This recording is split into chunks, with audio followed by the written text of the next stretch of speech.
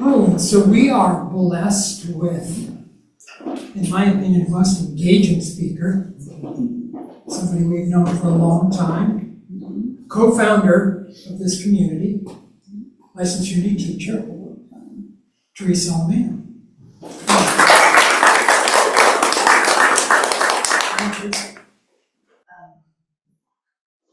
I think so. Morning, everybody. Good morning, Zoom people. Whenever I say that, it reminds me of that thing on that Neil Diamond live concert album where he'd say, "Hello, tree people." Hello, Zoom people. I want to start.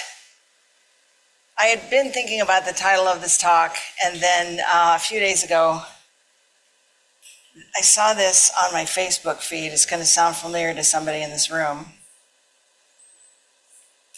And I thought, well, this does it. This says it all for me. I never craved for peace like I do now.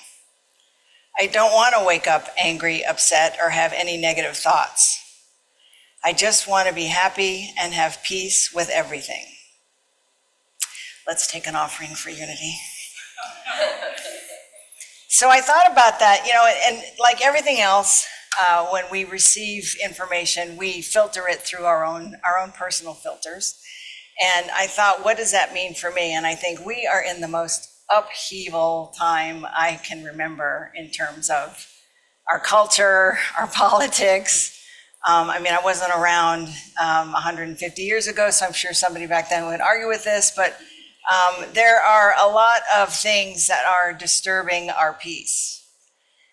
And one of my favorite affirmations, and I've said it in here before, is I am poised and centered in the Christ spirit, and all things contribute to the calm peace of my soul. So what is not contributing to the calm peace of my soul? Well, let me think. It's mostly words. It's mostly words and the intent behind them. I've never heard the term malignant narcissist as much in my entire years on this planet as I've heard it in the last 8 years. I've never seen a backlash to a young, enthusiastic boy standing up and yelling, "That's my dad," proudly at a rally. I've never heard one argument being argued 5 or 6 different ways with such vehemence and untruth. And that's all words.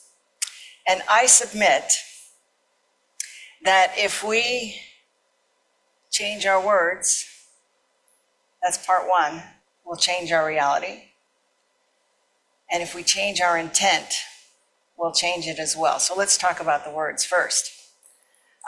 This won't be a surprise to some of you in here, but my favorite agreement of the 4 agreements is be impeccable with your word. That's a heck of an agreement. In fact, Don Miguel Ruiz says that that's the first most important one, and it's also the most difficult. Because sometimes we just tend to say what we need to say and we don't think about what we're saying. It's interesting that Robbie played Richard's song, "To You, Master," because that's probably my favorite song, Unity song we've ever sung, and I'm proud that Richard wrote it. But there's a line in there and it says, "Every word I speak comes from you, Master." And if we think about every word that we speak coming from a higher place within us, would we say half the things that we say? There's this common wisdom about, before you speak, think about, is it true? Is it kind? And is it necessary?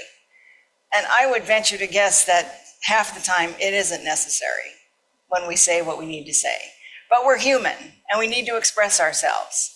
And we don't always think before we speak. And that's all I'm doing in today's talk, is just reminding you, because we all know this, think before you speak.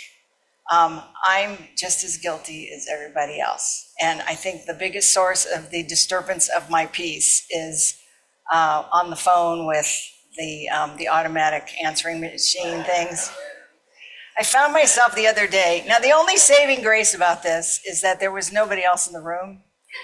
But, you know, I was calling, I needed assistance with a project I'm working on, and I had to call a hotel, and the hotel will give you, you know, if you need help with reservations, click 1. If you need help with group sales, click 2. I didn't need help with any of those. I had a specific question I needed to ask to a specific person, and I was trying to find this person. So finally, after the umpteenth time of calling back and trying to find, and please speak your need, and I just went off on a diatribe, hoping that some key word in what I was saying would trigger that thing. And you know what? I got the front desk, which at least was a step in talking to a real life person. The other thing I tend to do, and I've long since stopped saying negative things to other drivers from within the seat of my car, because I know they don't hear me, and I don't want to get myself upset. But I will find myself verbalizing if I'm behind somebody at a red light and the light turns green, and they don't move. What shade of green are you waiting for? And I realized, and then now other people will drive with me in the car, and if there's this momentary hesitation, they say, what shade of green are you waiting for? And I think we are not as aware as we can be about our words and how they affect other people. I mean, the internet is full of videos. They're adorable, but they're telling of little kids who will spontaneously erupt with words and phrases that somebody in the room is surprised to hear them say it. And then I think, yeah, and what does mom and dad say all the time when they're running around? So let me read you, I'm not going to read the whole chapter, of course, but I want to read you this one part because this says a lot. This is from the Four Agreements. The word is not just a sound or a written symbol. The word is a force. It is the power you have to express and communicate, to think, and thereby to create the events in your lives. You can speak. What other animal on the planet can speak? The word is the most powerful tool you have as a human. It is the tool of magic. But like a sword with two edges, your word can create the most beautiful dream, or your word can destroy everything around you. And he goes on to use the example of the oration of Hitler and what his words did to the population in Germany in the 20s and 30s. It's not as simple, though, as just saying, okay, I'm just going to say positive things or any of that, because we can have a conversation with somebody and speak our truth and be, whatever we need to do in our human communication. And we're not aware of the receiver we're talking to, right? It's not just what we say, it's how people take what we say, which we cannot be responsible for. And in that light, I would say, what is your receiver picking up? If I looked at Peggy and I said, you have the weirdest white hair I've ever seen, she would not take that personally because she does not have white hair. But if I say to her, you are the least intelligent I've ever met. Example only, my dear. I don't know what her background is. I don't know what in her background might have had tapes from the past that are running around and are going, she's right, I am unintelligent, I prove it every day. That's not my work to do, that's her work to do. And so I would say that our work is examine yourselves. What are the tapes? What are the words? What are the things that we grew up hearing about ourselves or thinking about ourselves that are interfering with our reality and our ability to communicate effectively now? If you've been told your whole life, well, you don't have, what was that, something from a movie? I'm so affected by movies, but, it was Rocky. in Rocky, he meets Adrian, and they're skating on the skate rink, and she says, she grew up hearing, you don't have much of a body, so you better develop your brain. And he said, that's funny, I always heard I didn't have much of a brain, so I need to develop my body. And those are examples of the tapes that run over and over. So what does he do? He becomes a boxer who challenges himself, and she becomes an intellectual as best she can in her very small little world. What words have had an effect on who you are? What words that when you're having a conversation with someone and they're just telling you how they feel about something will affect your response to how they feel? It's a very complicated thing. And then let's add something else, intent. So I could say something jokingly, and if you're with me on the joke, you will laugh. If you are not, because of the way I say it, and I've heard this many times in my life about tone and intention, it's gonna come off very differently. It's not just about the word, it's about your intent. Do you intend to cause damage with your words, or are you being loving and kind? I have an example. I love this scene. This is my favorite scene from the Golden Girls. I'll set it up for you. Anybody in this room have never seen the Golden Girls? Don't know anything about it? Okay. The girls have been together about 5 years at this point, and they're starting to bicker and fight, and they decide to go see a counselor who's going to help them try to work out their differences so they can live more harmoniously. The point is, Rose, you do this kind of stupid Louder. thing all the time. And if you're not doing something stupid, you're saying something stupid, or wearing something stupid, or cooking something stupid. Rose, what do you think of Blanche saying these things? I think she's a girl karma knocking. Well, what exactly does that mean? Literally, it's the precise moment when Dog Dude turns white.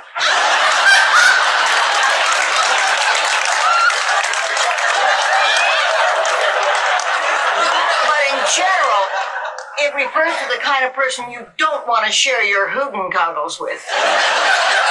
Rose, if you say one more of those stupid words, so how out your tube and burbles?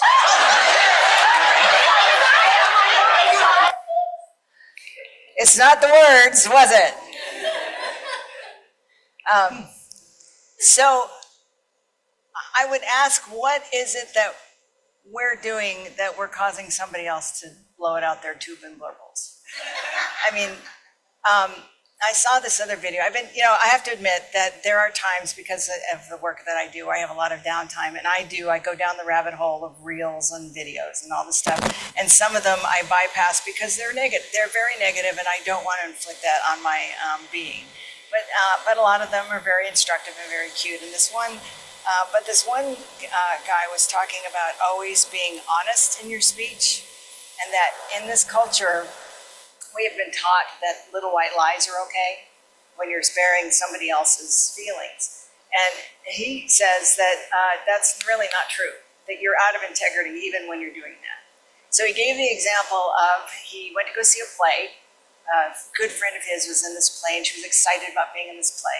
And he's watching the play, and he says, in my mind, I'm thinking this is the worst play I've ever seen. But he goes backstage to see her afterwards, and she's all excited, and she says, what did you think? And he said, I can be honest, but I can choose the moment. So he said, I think that your performance was terrific. I can see that you're excited about it. I'm so glad that you have something like this to express your creativity.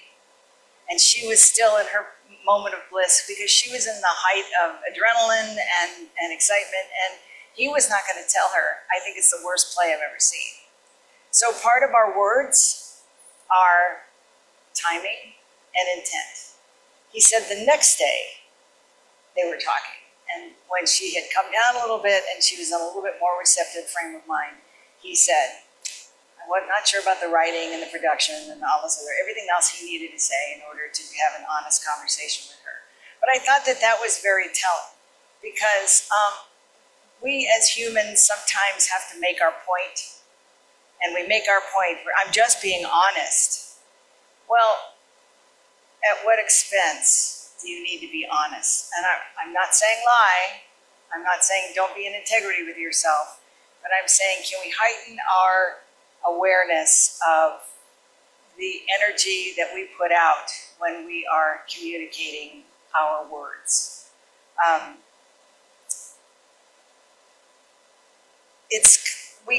We grow up hearing the opposite. We grow up hearing sticks and stones will break my bones, but words will never hurt me. And I know what that's about for children. It's for you to develop some kind of sense of detachment from certain words. Detachment is a great word when you're trying to maneuver the differences between what someone says and how you feel about it. I will bristle. I will be in an airplane or in a public space, and I hear people say some pretty stupid things. I mean, truthfully, and some pretty ignorant things. If it were the right time and place, I might say, let me clarify that for you, but normally it's not. So I have learned to detach myself from that, detach myself emotionally from what I'm hearing that is disturbing the calm peace of my soul. Doesn't mean I don't speak up when I have to speak up. Doesn't mean that there aren't appropriate times to speak up. In general, from day to day, we let a lot of stuff disturb the calm peace of our soul because we're getting it from all angles, and it upsets us, and we don't know what to do with that upset. So the tips that I have, and these are spiritually based, psychologically based. First of all, be centered in who you are, which means meditation, quiet time. Turn off the phones and the devices and the things that you're getting a lot of this stuff that's disturbing the calm peace of your soul from. And take a moment to get to know who you really are. Who are you really, and what are you about? And if someone says the equivalent of you have ugly white hair, you won't pay any attention to that because it won't have any meaning to you. So meditation is one. Removing yourself from the emotion of what someone is saying, if you can. Because people say terrible things when they're angry, when they're hurt. And after you've meditated, it's a lot easier to maybe take a better perspective of what they're saying and address it later out of the heat of the moment. Communications between friends and couples and whatever gets very jumbled when we're in the heat of the moment, and we're dealing with the tapes and the other kinds of things that we've grown up with that we haven't quite addressed yet. And then check yourself on your intent, your words. Are you using words that uplift and enhance and advance the conversation? Oftentimes, there's a lot of interesting people in my life, and there's this one person in particular who feels like he needs to express an opinion on everything, whether it's accurate or not. And I have gotten to where, he's my cousin, so we're pretty close, and I've gotten to where I can say, is what you're about to say going to enhance this conversation? Because if it's not, I don't really want to hear it. And he's pretty good about it. He's the kind of guy, he'll recount a story, something that happened, I don't know, where he was the hero of his story. And he won't just tell you, he'll relive it. And you can tell in the emotions that he'll relive it. So I let him do that. I let him, because he'll be angry or he'll be intent or it's about his daughter or he's, whatever. And I let him do that. And then when he's done, then we can continue our conversation. It takes a lot of energy. It takes a lot of practice. What we do here is practice. What we do every day is practice how to walk lightly on the earth. And that's what I'm suggesting with the idea of peace with our words. Let's start with there. Our words and our thoughts. What kind of thoughts and intents are we giving our own selves? This is where the title of my talk, Your Word is Your Wand, comes a little bit from that line in there about creating magic, but also it's the title of a book by Frances Scovel Shinn, who was a metaphysical teacher in the 20s, 30s, and 40s. And her book was about affirmations and the power of affirmations. And I would say that if you start feeling negative about yourself or old tapes that are running around about being stupid or being ugly or being incompetent or whatever the negative things are that will stop you from moving forward, is to use a really good affirmation. When we're not feeling well, my favorite is, I radiate perfect health and youthful vitality. It's hard to feel bad when you're thinking about radiating. I'm sitting here radiating now.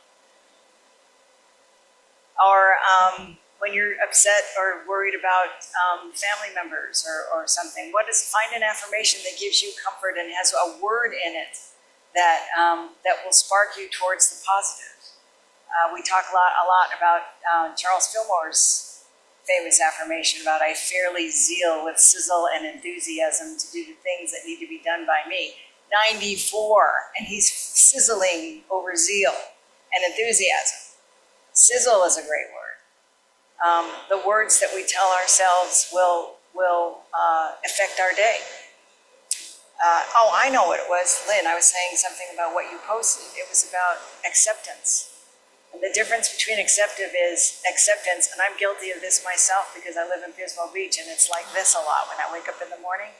So the difference is when you're practicing non-acceptance, you wake up in the morning and it's raining, and you say, oh, it's raining.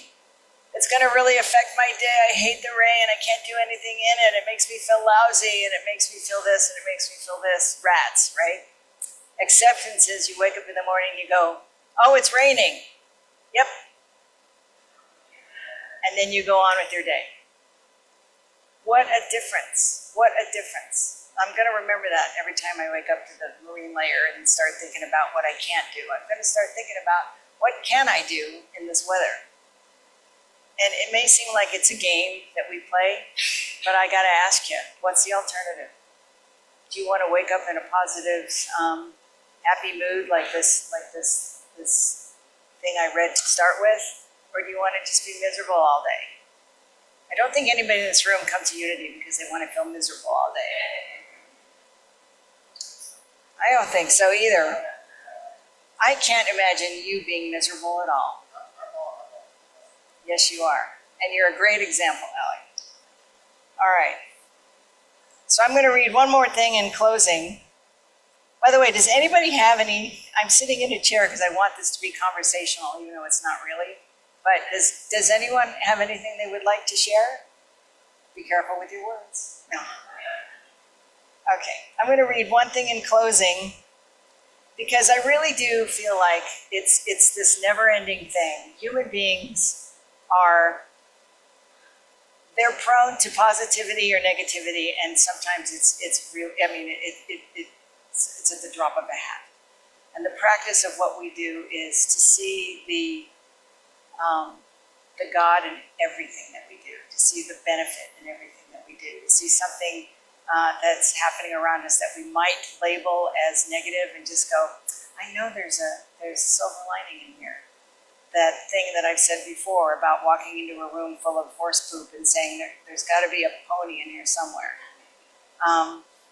We strive to look for the pony, and it makes a big difference in how your day goes, which I will remember when I go to the airport this afternoon and get on that airplane with the screeching children and the people that don't know how to read numbers on the walls of what seat they're sitting in. So. All right, so I'll leave you with this. You may not always see the results of your kindness, and I would add, or your positivity or your love. But every bit of positive energy you contribute to the world makes it a better place for all of us. So please, go out there, use your words, and make it a positive place for all of us.